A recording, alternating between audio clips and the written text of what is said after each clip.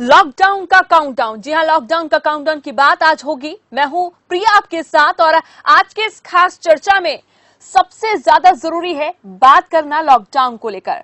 जब हम बात लॉकडाउन पार्ट 1 की करते हैं या फिर पार्ट 2 की करते हैं तो लगातार इंतजार हो रहा है कि लॉकडाउन कब खुलेगा। ऐसे में काउंटडाउन करते हुए लोग ये इंतजार भी कर रहे हैं कि अब 1 दिन, 2 दिन, 3 दिन, हालांकि पार्ट 2 के लॉकडाउन का 6वां दिन है, लेकिन इसी के साथ सवाल कई सारे खड़े हुए हैं। देखिए, ये लॉकडाउन खुलना आप पर, हम पर और संक्रमण की दर पर निर्भर करता है।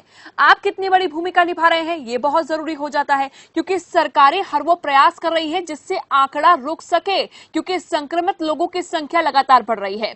सबसे पहले केरल वो राज्य है जहां पर लगातार संक्रमण को कंट्रोल में किया जाता रहा है। ओडिशा दूसरे नंबर पर और तीसरे नंबर पर अब उत्तराखंड पहुंच चुका है, क्योंकि संक्रमितों के आंकड़े की अगर बात की जाए तो वहां वो बेहद कम है। और ऐसे में दोगुने होने की रफ्तार की बात की जाए तो करीब 26 दिनों के अंदर ये आंकड़ा दोगुना हो रहा है। ये अपने आप में बहुत राहत की बात है।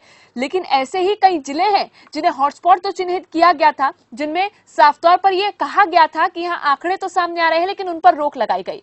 देखिए, आपकी भूमिका इस वक्त बहुत सराहनीय है। उन लोगों की खास तौर पर जो लॉकडाउन का अच्छे से पालन कर रहे हैं और जो समझते हैं कि इस वक्त अगर हम सुरक्षित हैं तो पूरा देश सुरक्षित है। और बहुत जरूरी हो जाता है ये जानना आज कि आखिर किस तरह से लॉकडाउन के काउंटडाउन के बीच लोग जागरूक हैं, सरकार कितना प्रयास कर रही है और टेस्टिंग को लेकर क्या तमाम चीजें नजर आ रही हैं। तो आज की इस चर्चा की शुरुआत करेंगे। हमारे सभी संवाददाता अलग अलग जगहों से जुड़ेंगे और हम तक की रिपोर्ट पहुंचाएंगे, क्योंकि अगर बात हरियाणा की भी की जाए तो हरियाणा में भी ऐसे कई जिले हैं जो इस वक्त संक्रमितों की संख्या में बहुत कम है। तो अपने आप में बहुत अहम खबर। लेकिन संक्रमण का आंकड़ा अगर बात करें तो संक्रमितों की संख्या 20,000 के करीब पहुंच चुकी है। भारत में एक्टिव केसेस 15,000 के पार हैं।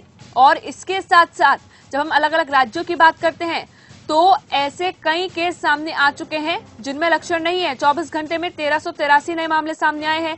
महाराष्ट्र में कुल मरीजों की संख्या सबसे ज्यादा 5,218 है। कोरोना से सबसे अधिक प्रभावित महाराष्ट्र ही है, जहां पर आंकड़ा 5,000 के पार पहुंचा हुआ है। गुजरात दूसरे नंबर पर दिल्ली को पछाड़ते हुए 2,178 मामलों के साथ पहुंच गया है। तीसरे नंबर पर दिल्ली है, जहां 2,156 मामले अब तक सामने आ चुके हैं। वहीं रैपिड टेस्ट किट पर भी कई राज्यों ने सवाल उठाए हैं। सबसे पहले राजस्थान ने ही इस पर सवाल उठाया, जिसके बाद इसे जांचने की बात कही जा रही है। हालांकि हरियाणा में देखिए एक राहत की खबर है कि जो संक्रमण की दर है वो धीमी पड़ी है। 255 पॉजिटिव में 147 ठीक होने के बाद बहुत राहत की खबर, क्योंकि 6 जिलों से जो अच्छी खबर आई है हरियाणा के, वो अपने आप में सुकून दे रही है। पंजाब के अगर आंकड़ों की बात की जाए तो आंकड़ा तो कम है, लेकिन यहाँ पर मृत्यु दर ज्यादा है। नोएडा और दिल्ली के बॉर्डर सील कर दिए गए हैं। संक्रमण को रोकने के सभी उपाय सरकारें खोज रही हैं, वैज्ञानिक खोज रहे हैं, सभी को काम में लगा दिया गया है।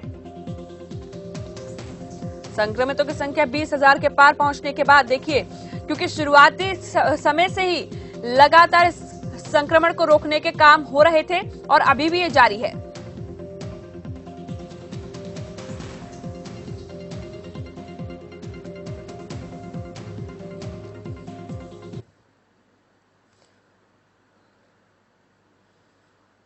तो विक्रम भाटिया हमारे संवाददाता इस वक्त हमारे साथ सिरसा से जुड़ रहे हैं, आलोक यादव कन्नौज से और टोनी शर्मा पंजाब के संगरूर से हमारे साथ जुड़ रहे हैं। टोनी, सबसे पहले आप ही के पास आऊंगी, क्योंकि जब हम अलग अलग राज्यों की बात करते हैं तो उनमें पंजाब का जिक्र भी लगातार होता रहा है, क्योंकि पंजाब सरकार बड़े फैसले लेते हुए कदम उठा रही है ताकि संक्रमण को रोका जाए। संक्रमण की संख्या की अगर बात की जाए तो ऐसे में बाकी राज्यों के मुकाबले पंजाब में मृत्यु दर ज्यादा दिखाई देती है।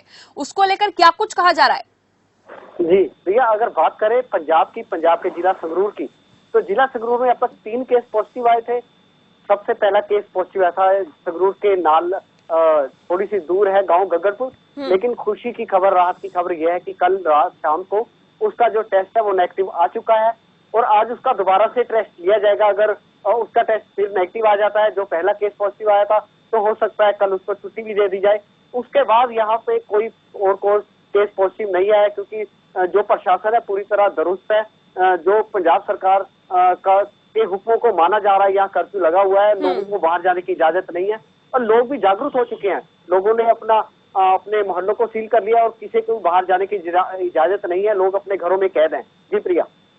लेकिन अगर पंजाब की हम बात करते हैं, संगरूर के साथ साथ पूरे पंजाब ने इस वक्त जो दारोमदार है सरकार के ऊपर बना हुआ है, जो जिम्मेदारी सरकार के ऊपर है कि किस तरह से जो प्रतिबद्ध इलाके हैं, जो हॉटस्पॉट चिन्हित किए गए हैं, उनमें भी ज्यादा निगरानी की जाए, उसको लेकर क्या कुछ खबर मिल रही है? जी, अगर हॉटस्पॉट इलाकों की बात की जाए तो वहाँ पूरी सख्ती बरती जा रही है। अगर कोई बाहर आता है तो उस पर सख्त से सख्त कार्रवाई की जाएगी। जो बेमतलब के बाहर निकल रहे हैं उन पे पर्चे भी दर्ज करने को कहा गया है। अगर कोई व्हीकल बगैर मतलब के बाहर पाया जाता है, कोई व्यक्ति घूम रहा है, तो उसके व्हीकल को जब्त किया जाता है, उसके चालान काटे जाते हैं। जब हमने मृत्यु दर को लेकर चर्चा की, क्योंकि ऐसे में मृत्यु दर की अगर बात हो रही तो अलग अलग राज्यों के हिसाब से मृत्यु दर अलग अलग नजर आती है। पंजाब में मृत्यु दर काफी ज्यादा है। दिल्ली के अगर मुख्यमंत्री की बात की जाए तो उन्होंने कहा है कि 80% जो लोग हैं जिनकी मृत्यु हुई है कोरोना से, वो या तो डायबिटीज के मरीज थे या फिर अलग अलग बीमारियों से पहले से ही जूझ रहे थे। क्या इसी तरह की तस्वीर पंजाब से सामने आती है? इसको लेकर क्या जानकारी? बिल्कुल, अगर किसी की मृत्यु हुई है शायद उसको अस्थमैटिक पेशेंट होगा, क्योंकि इसमें जो तकलीफ होती है थोड़ी सी अस्थमे की भी दिक्कत आती है। अगर कोई अस्थमैटिक प्रॉब्लम वाला पेशेंट है तो उसको उस पर ये ज्यादा अटैक करता है। जी प्रिया। देखिए, सरकारों से सवाल करना तो बनता ही है, लेकिन टोनी शर्मा, लोग कितने जागरूक हैं ये बहुत जरूरी है, क्योंकि सरकार अपने एहतियात के तौर पर, खास तौर पर अपने दायरे में रहकर बड़े फैसले भी ले रही है, कई कदम भी उठा रही है, लेकिन लोग फिलहाल किस तरह से भूमिका अदा कर रहे हैं? क्योंकि आज हम बात करें तो लॉकडाउन पार्ट 2 का भी काउंटडाउन शुरू हो चुका है और 3 मई तक ये रहेगा। ऐसे में क्या भूमिका लोगों की नजर आती है? लोग बिल्कुल जागरूक है प्रिया। अगर बात जिला संगरूर की कर ले तो जिला संगरूर बिल्कुल बंद किया है जा चुका है, बिल्कुल बंद, इसको मुकम्मल बंद कहेंगे, क्योंकि लोगों को मालूम है अगर बाहर निकलेंगे तो कि कोरोना के पांव नहीं होते हैं। अगर हम बाहर जाएंगे तो ही कोरोना हमारे घर में आएगा और लोगों को संक्रमित करेगा, इसलिए लोग समझ चुके हैं। अगर घरों में है तो बिल्कुल सुरक्षित है। अगर बात करें लोगों की, तो लोग एक दूसरे को जागरूक कर रहे हैं। उनका कहना है कि अपने घरों में रहें। अगर टोनी शर्मा, देखिए आपने जागरूक लोगों की बात की, लेकिन इन जागरूक लोगों पर वो लोग ज्यादा हावी इस वक्त हो रहे हैं जो बिना काम के बाहर निकलना चाहते हैं। उनका ये कहना है कि लॉकडाउन लगातार बढ़ रहा है, हालांकि वो ये नहीं समझ पा रहे कि आखिर स्थिति इस वक्त क्या है। स्थिति और परिस्थितियों को मद्देनजर रखते हुए ही ये लॉकडाउन बढ़ाया जा रहा है। ऐसे में क्यों आखिर वो लोग हावी हो रहे हैं उन लोगों पर? क्योंकि अगर इसी तरह का माहौल रहता है तो आंकड़े और बढ़ सकते हैं। तो ये अगर बात करें उन मंचलों की, तो अगर वो बाहर निकलते हैं तो उनको हर्जाना भी भुगतना पड़ रहा है, उन पर पर्चे दर्ज हो रहे हैं, उनको पर्चा दर्ज करके उनको अरेस्ट भी किया जा रहा है, क्योंकि उनको प्रशासन का कहना है कि अगर कहना नहीं मानोगे तो सख्ती बरती जाएगी, अगर समझ जाओगे, घर में रहोगे तो सुरक्षित रहोगे। जी। और सीमाओं को लेकर फिलहाल क्या कुछ जानकारी मिल रही है पंजाब की सीमाओं को लेकर, खास तौर पर अगर अलग अलग शहरों के नाकों की हम बात करें? नाके अलग अलग शहर में, अगर मान लो इस संगरूर से हमने धूरी जाना है तो नाके लगे हुए हैं, किसी को बाहर जाने की इजाजत नहीं है, क्योंकि एक शहर से दूसरे शहर जाने के लिए पुलिस के नाकों को क्रॉस करना पड़ता है। लेकिन जो पुलिस प्रशासन है वो बिल्कुल सख्त है। अगर कोई बाहर जा रहा है तो उसको वापिस ही भेजा जाता है कि आप इसको नाके को क्रॉस करके बाहर नहीं जा सकते, आप अपने घर में ही रहें।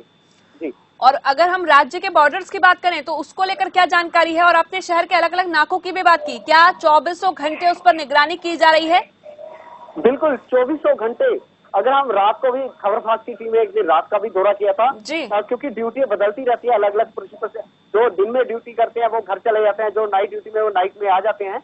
उनका कहना था कि 24 घंटे ड्यूटी कर रहे हैं, कोई भी पूरी एहतियात बरती जा रही है। लोगों को समझाया जा रहा है कि अगर कोई लोग रात को सैर करने भी निकलते हैं तो उनको भी कहा जाता है कि भैया घर में रहो, अगर नहीं निकलोगे तो सख्ती से इनको निपटा जाएगा। चलिए, इस वक्त हमारे साथ विक्रम भाटिया भी जुड़े हुए हैं सिरसा से, और ललित भी हमारे साथ बहादुरगढ़ से जुड़ गए हैं। सिरसा से मैं इस वक्त सबसे पहले अपडेट लेना चाहूंगी। विक्रम भाटिया, क्या कुछ अपडेट सिरसा से मिल रही है? क्योंकि 20 अप्रैल के बाद जो छूट दी गई थी उसमें हरियाणा सरकार ने बहुत सारे एहतियात के तौर पर बड़े फैसले लिए थे और उन फैसलों का असर दिखाई दे रहा है। सिरसा से क्या अपडेट? जी बिल्कुल, सबसे पहले तो ये बताना चाहूंगा, जो 4 पॉजिटिव केस सिरसा में मिले थे वो जो बिल्कुल है नेगेटिव आए हैं और उनको जो है घर भेज दिया गया है। अगर सिरसा की अगर बात करें तो बेवजह घूमने वाले लोगों का अभी भी जो है आवागमन जो जारी है। जो सुबह 10 बजे से लेकर 2 बजे तक जो दुकानें खोलने का जो प्रशासन ने निर्णय लिया था, उसको लेकर कहीं ना कहीं जो ऐसे लोग भी हैं जो बेवजह सड़कों पर अभी भी घूम रहे हैं। तमाम कोशिशों के बावजूद, पुलिस प्रशासन के लाख समझाने के बावजूद भी उनके ऊपर चालान भी किए गए हैं, लेकिन कुछ लोग ऐसे हैं जो अभी भी समय नहीं रहे हैं। अभी हम सिरसा के जो नेशनल हाईवे नंबर 9 था वहां पर खड़े हैं। अभी भी देखे तो यहाँ पर काफी संख्या में जो है लोग देखे जा सकते हैं। कहीं ना कहीं लोगों में फिर एक बार जागरूकता की कमी आई है, उसको लेकर प्रशासन को कहीं ना कहीं गंभीर होना होगा, क्योंकि खतरा अभी टला नहीं है। जिस तरह अभी नया कोई केस अभी नहीं आया है, तो लेकिन उसको लेकर इसको आगे ना बढ़ा जाए, बिल्कुल इसे हल्के में ना लिया जाए। देखिए, सरकारें तो अपनी जिम्मेदारी के साथ आगे कदम उठा रही हैं, लेकिन इसे ये ना मान लिया जाए कि हाँ, हरियाणा में केस आने कम हो गए हैं या फिर 6 जिले अगर हम बात करें तो वो संक्रमित मुक्त हो गए हैं। संक्रमण मुक्त होने के बाद लोगों को जागरूक होना ही होगा, क्योंकि 20 अप्रैल से जो छूट दी गई है उसका गलत फायदा न उठाया जाए। इस वक्त ये बहुत जरूरी है। विक्रम जी बिल्कुल, कहीं ना कहीं लोग इसको बिल्कुल हल्के में ले रहे हैं, समझने को तैयार नहीं है। जो बेवजह सड़कों पर घूम रहे हैं उनको बार बार समझाया भी जा रहा है, जागरूक भी किया जा रहा है, लेकिन उसके बावजूद भी देखा गया है कि जो दुकानें खुलने का जो टाइमिंग दी गई है, उस दौरान बेवजह जो सड़कों पर निकल आते हैं लोग, वो ज्यादा परेशानी का कारण बने हुए हैं। हालांकि पुलिस प्रशासन ने साफ तौर पे कह दिया है कि किसी के खिलाफ जो है ढिलाई नहीं बरती जाएगी, पहले उसको प्यार से समझाया जाएगा, अगर फिर भी नहीं समझता है तो उसके खिलाफ जो है कार्रवाई की जाएगी।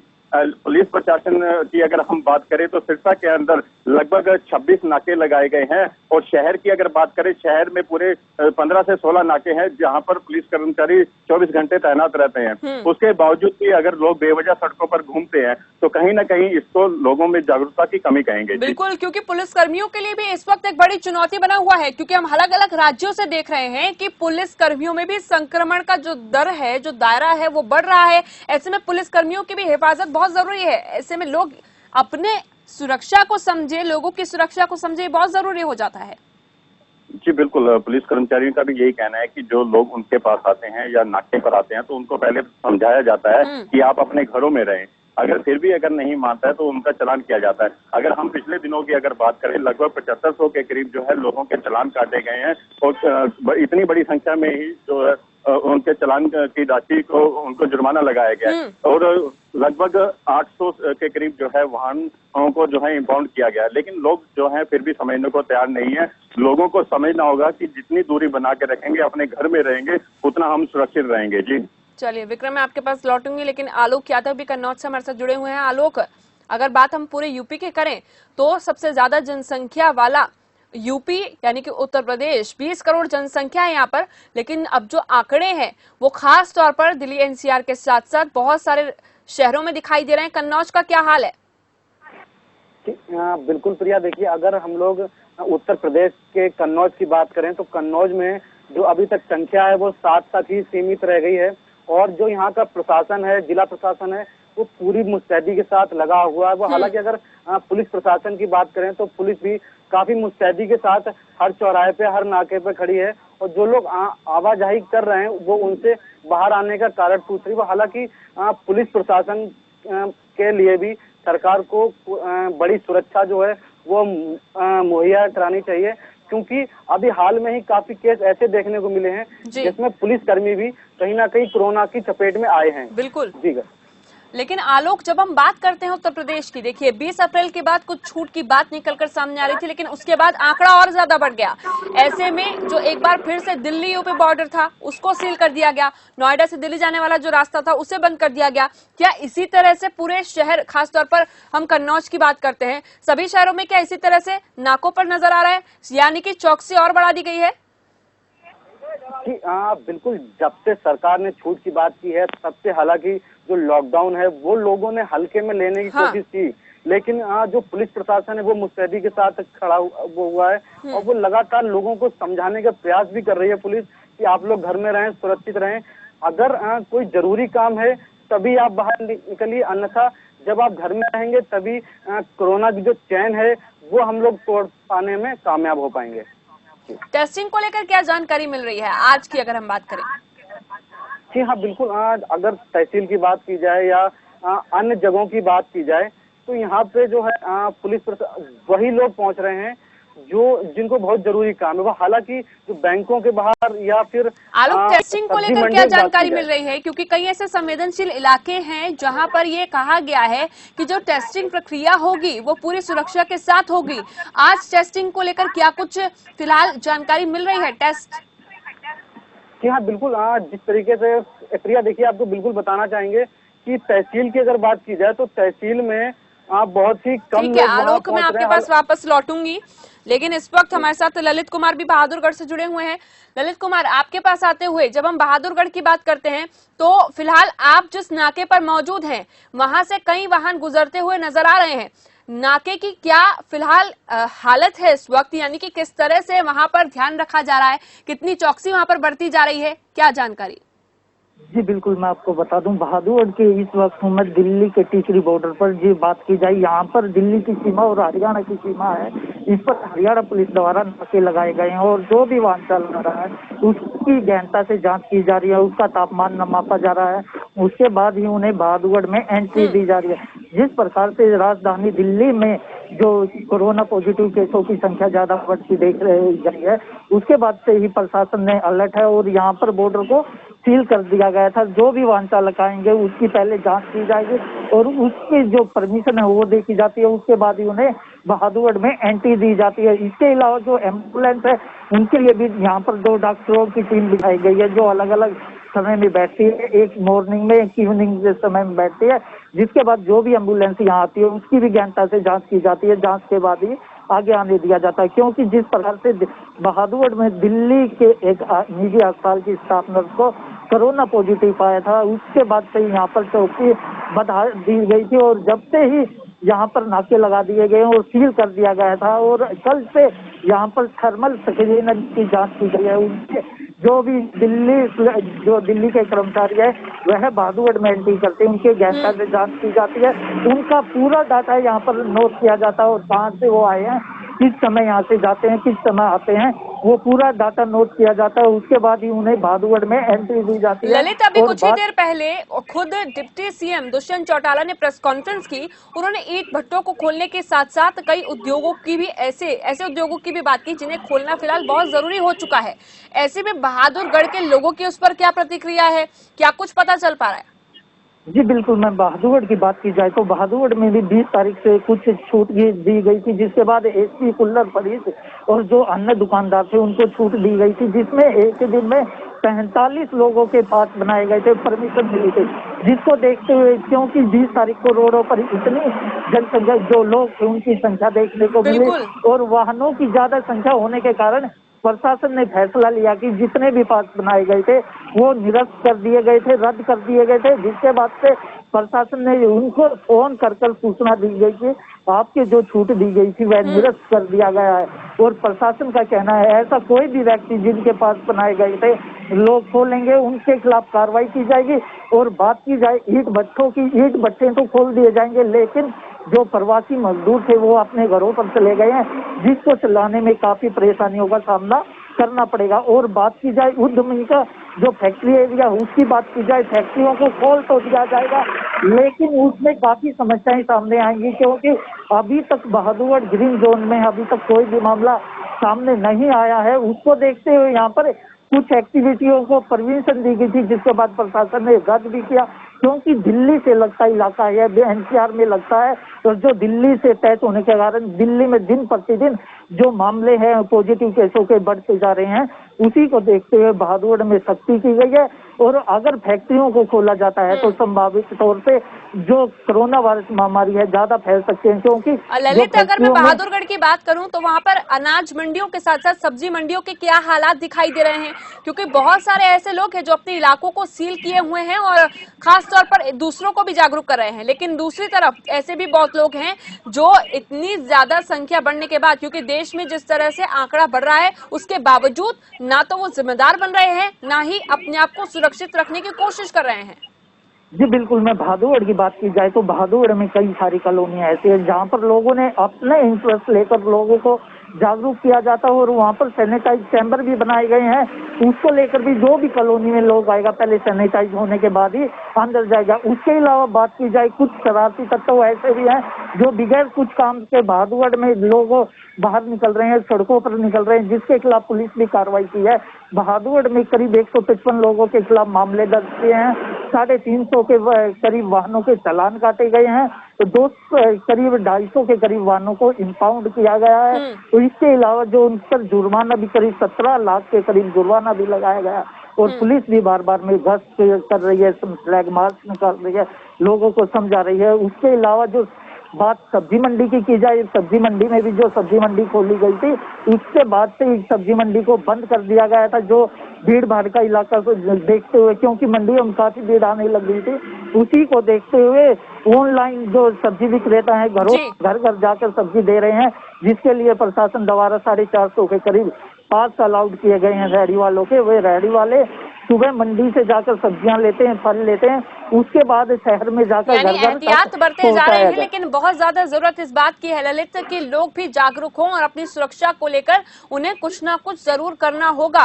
हालांकि ऐसे सभी लोग नहीं हैं जो सुरक्षा को लेकर कुछ नहीं कर रहे हैं, लेकिन उन चंद लोगों के कारण दिक्कतें बढ़ सकती हैं जो इस वक्त बिना किसी वजह के बाहर निकल रहे हैं और भीड़ जुटा रहे हैं। बहुत बहुत शुक्रिया ललित, हमारे साथ जुड़ने के लिए, तमाम जानकारी हम तक पहुंचाने के लिए बहादुरगढ़ से। और हमारे साथ इस वक्त हमारे ब्यूरो एग्जीक्यूटिव यानी कि मनीष कुमार कुछ ही देर में जुड़ेंगे और उनसे भी खास तौर पर जानने की कोशिश करेंगे कि क्या हालात राज्य में दिखाई दे रहे हैं, हरियाणा में दिखाई दे रहे हैं। लेकिन सिरसा से विक्रम भाटिया लगातार हमारे साथ जुड़े हुए हैं। विक्रम, क्या कुछ तस्वीर नजर आती है जब सख्ती की हम बात करते हैं? हालांकि प्रशासन पूरी तरह से सख्ती बरते हुए है, लेकिन उसके बावजूद आज की तस्वीर की हम बात करें। जी, अगर हम सबसे पहले अगर प्रशासन की बात करें, प्रशासन कोई कसर नहीं छोड़ रहा है। चाहे स्वास्थ्य विभाग की बात करें, चाहे पुलिस कर्मचारियों की बात करें, खुद यहाँ पर एसएसपी और डीसी जो हैं सुबह शाम राउंड लगाते हैं अपने पूरे शहर के अंदर। अगर देखिए, जब हम बात कर रहे हैं पुलिस प्रशासन की खास तौर पर, तो अभी जितने आंकड़े सामने आए हैं पुलिस कर्मियों की, अगर हम बात करें अलग अलग राज्यों से, तो ऐसे में हरियाणा में पुलिस कर्मियों के लिए क्या कुछ सुविधाएं, क्या कुछ व्यवस्थाएं की गई हैं और कितना उनको कहा गया है कि अपने आप को सुरक्षित रखने के लिए क्या क्या उपाय किए जाएं, इसको लेकर क्या जानकारी? जी बिल्कुल, अगर जो नाके पर ड्यूटी दे रहे हैं पुलिस कर्मचारी, साफ तौर पे उनको हर प्रकार की सुविधा जो है उपलब्ध कराई गई है। अगर उनको जो दिशा निर्देश दिए गए हैं, उनको यही कहा गया है कि लोगों को जो दूरी बनाकर जो है बातचीत की जाए और कम जो यहाँ पर है भीड़ इकट्ठी होने दी जाए। अगर कोई बेवजह अगर सड़कों पर घूम रहा है तो उनको समझा कर जो है वापस घरों में भेजा जाए। पुलिस कर्मचारी नाकों पे ही नहीं, गली मोहल्लों में जाकर जो है वहाँ भी राउंड लगाते हैं और अगर कोई घर के बाहर अगर दिखता है तो उनको घर और ये बहुत जरूरी हो जाता है। टोनी, देखिए यहाँ पर जब हम पुलिस कर्मियों की बात कर रहे हैं तो रोजाना यानी कि अपने जितनी भी लंबी उनकी ड्यूटी होती है उस दौरान वो कई लोगों के संपर्क में आते हैं और इन कई लोगों के संपर्क में आने के बाद उनके मन में भी एक डर रहता है। हालांकि सभी लोग जागरूक हो, इसकी कोशिश लगातार पुलिस द्वारा की जा रही है। तो इसको लेकर क्या एहतियात बरत रहे हैं पुलिसकर्मी और बाकी के लोग, क्या कुछ जानकारी? पुलिस प्रशासन की बात करते तो अगर पुलिस प्रशासन मान लो मोहल्ले में कोई दौरे कर उनको देखने गए हैं, कोई बाहर तो नहीं है, तो वो पुलिस प्रशासन बड़े ही फासले से उनको समझाते हैं। ऐसा नहीं है कि बिल्कुल पास जाकर उनको दूर से कह देते हैं भैया अपने घर में रहो, नहीं तो सख्ती बरती जाएगी। और बात कर लेते हैं यहाँ के एसएसपी साहब की, वो खुद 1-2 दिन पहले लहरा गागा यहाँ से तकरीबन 30 से 40 किलोमीटर दूर है, वहां भी स्पेशल गए थे, वो दौरा किया था और लोगों को समझा रहे थे कि भैया अपने घरों में रहो, अगर घरों में रहोगे तो सेफ रहोगे, अगर कहना नहीं मानोगे तो सख्ती बरती जाएगी। बिल्कुल आलोक, देखिए बहुत जरूरी है लोगों को ये समझना कि सब कुछ ठीक होगा तभी लॉकडाउन खत्म हो सकेगा, क्योंकि अगर इसी तरह से संक्रमण बढ़ता रहा पूरे देश में तो शायद लॉकडाउन खुलना बहुत आसान नहीं होगा और वो सही भी नहीं रहेगा, क्योंकि सरकार बार बार यही कह रही है कि अगर इस बीच लॉकडाउन खुलता है तो वो बहुत ही गलत साबित हो सकता है पूरे देश के लिए।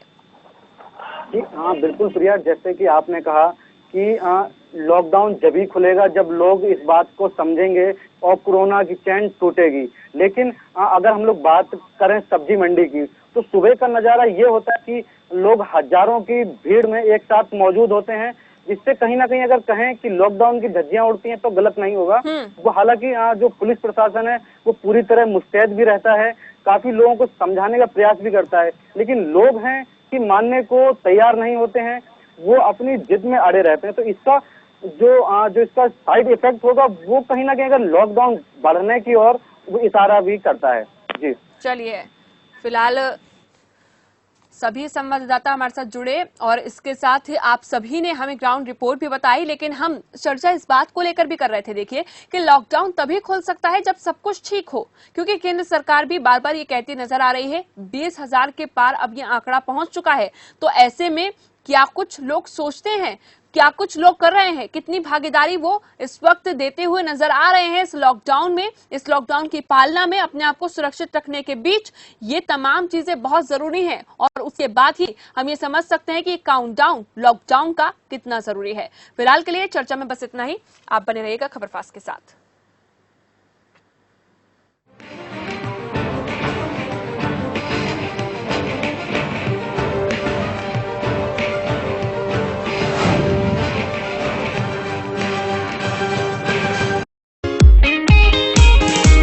Go crazy with Net Plus high-speed fiber broadband. Truly unlimited 50 Mbps just at Rs 599.